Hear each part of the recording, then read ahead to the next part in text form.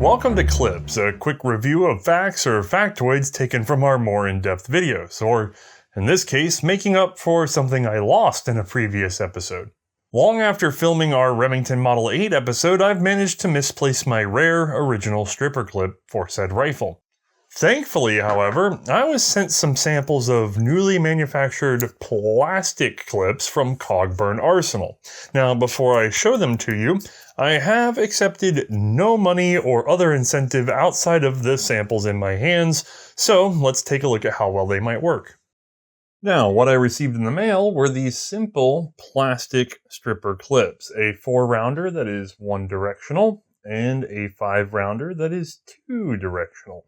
This, of course, being because Remington Model 8s tend to be indecisive as to whether or not they want to be 5 or 4-shot guns. I know there's a lot of debate on this. I don't know. Some of them just seem to run 5 fine. Some of them seem to struggle. Regardless, you have the choice between the two. The question is going to be, how well do these work? So I have one preloaded with some unfortunately now disabled rounds, because this is hard to get a hold of. And I have a Model 8. Let's take a look. Open her up, and then, excuse me, I'm going to have to do this left-handed for the camera, and because I managed to bash my thumb the other day, but let's see how well they work. All right, I push her in. The nubbins are biting down as they should, and if I start stripping, oh, that's a stiff spring in that gun. And I am not left-handed.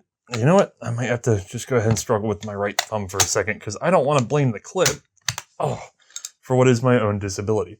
That was actually, for the clips part, very smooth. It's just that this is a very stiffly sprung gun in terms of that feed lip, that retaining lip in this particular firearm. I've actually had to adjust it before.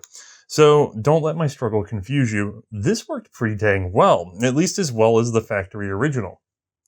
I'm going to reset this clip here for y'all, and we're going to do a little bit of testing just to see the limits of a plastic clip. So 5 rounds in, and I'm going to try to flex one out.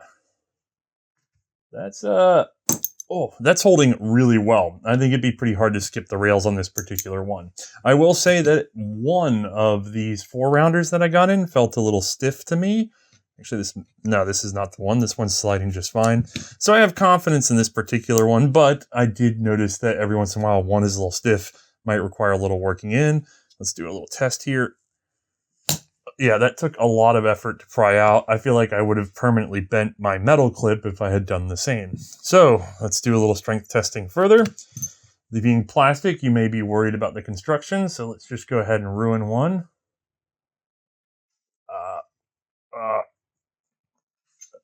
Well, actually, that's probably still quite serviceable even after all that. Let me go the other way just to be sure. There we go. Finally got a pop. That took a supreme amount of effort. I'd consider these to be quite durable, although I have not necessarily laid them out in the sun and weather to see what that would do to them.